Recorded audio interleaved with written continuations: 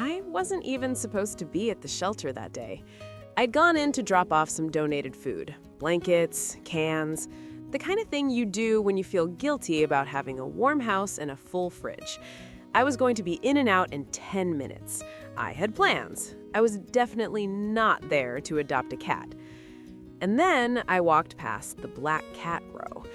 Every shelter has one. The section where the darker, quieter ones sit, not performing, not pressing their faces against the cage wire, not doing the things that make people stop and pull out their phones.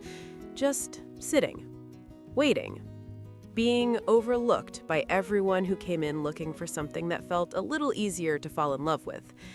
He was in the third cage from the left, all black, completely still, those green eyes tracking me from the moment I came into view. Not desperate, not pleading, just watching, with the kind of patience that only comes from having learned, slowly and repeatedly, that most people were going to keep walking. I stopped. I don't know why. I'd walked past 100 shelter cats before, but something about the way he held himself, low to the ground, alert, completely contained, made me crouch down and look at him properly. The tag on his cage said he'd been there 11 weeks. 11 weeks! That's almost 3 months of watching families come in, pick someone else, and leave. 3 months of doors opening and closing, and his name never being called. "He's a little shy," the volunteer said, appearing beside me. "Sweet, though, just takes time." I looked at him. He looked at me. "What's his name?" I asked. "Shadow," she said. Of course it was. If you've ever walked past the one that nobody stopped for and felt something you couldn't explain, hit subscribe right now, because what Shadow did in the first month I had him, I genuinely did not see coming. The drive home was quiet. Shadow sat in the carrier on the passenger seat and didn't make a sound, those green eyes watching the road like he was memorizing every turn. I kept glancing over at him the way you do when you can't quite believe something is actually happening. I'd set up a room. Quiet corner, soft blanket, food and water on opposite sides, a cardboard box because boxes help scared cats feel contained. I opened the carrier and stepped back. He came out immediately. Not cautiously, not low to the ground with his belly grazing the floor. He walked out, stood in the middle of the room, and just looked around. Slow, deliberate, like he was taking inventory. Then he walked to the box, stepped inside, and stared at me from it with an expression I can only describe as deeply unimpressed. I laughed out loud. I couldn't help it. That was the first thing Shadow taught me. He wasn't shy. He was selective. There's a difference, and it matters. Shy is fear. Selective is judgment. Shadow had spent 11 weeks at that shelter, watching people, and somewhere along the way, he'd formed opinions. Strong ones. The first week, he established 3 rules. His rules, not mine. Rule 1, the kitchen counter was his. Non-negotiable.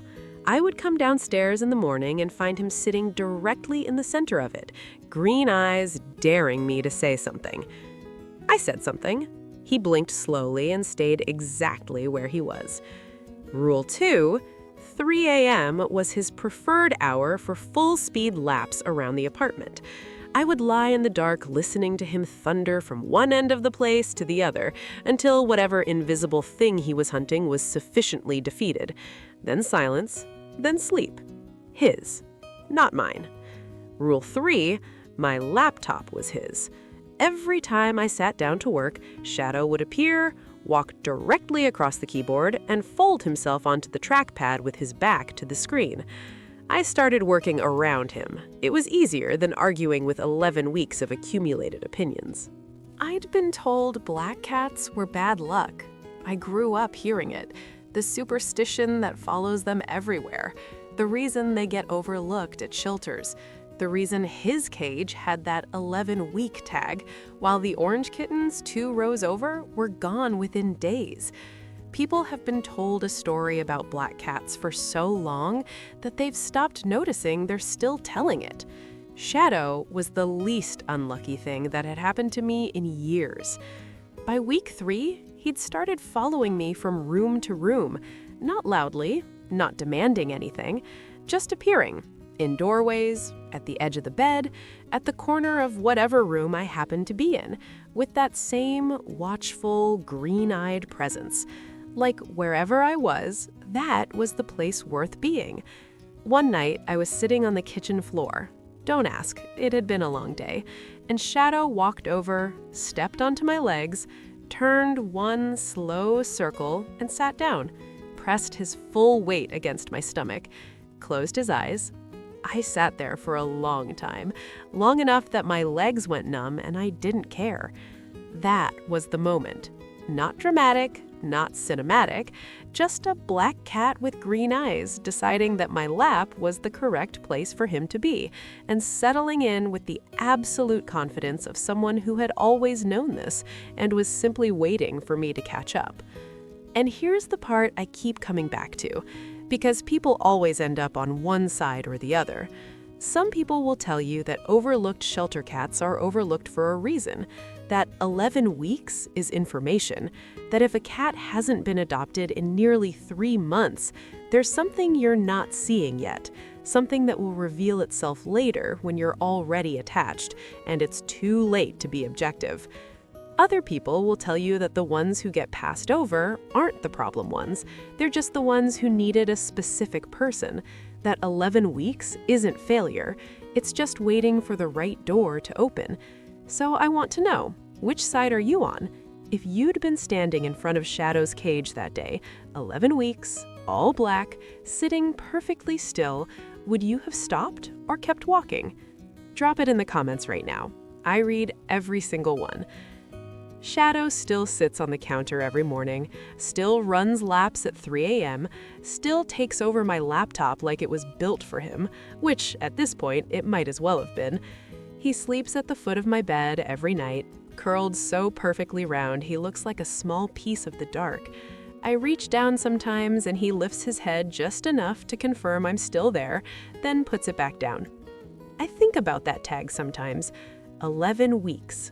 The families who walked past, the people who wanted something easier, something that did the work of being chosen so they didn't have to do the work of choosing. Shadow never begged, never performed, he just sat in that cage with his green eyes and his patience and waited for one person to stop long enough to actually look. I'm glad I stopped. There's something he started doing recently, every single morning before I'm fully awake, that I still haven't figured out. Does your cat do this, or is it just Shadow?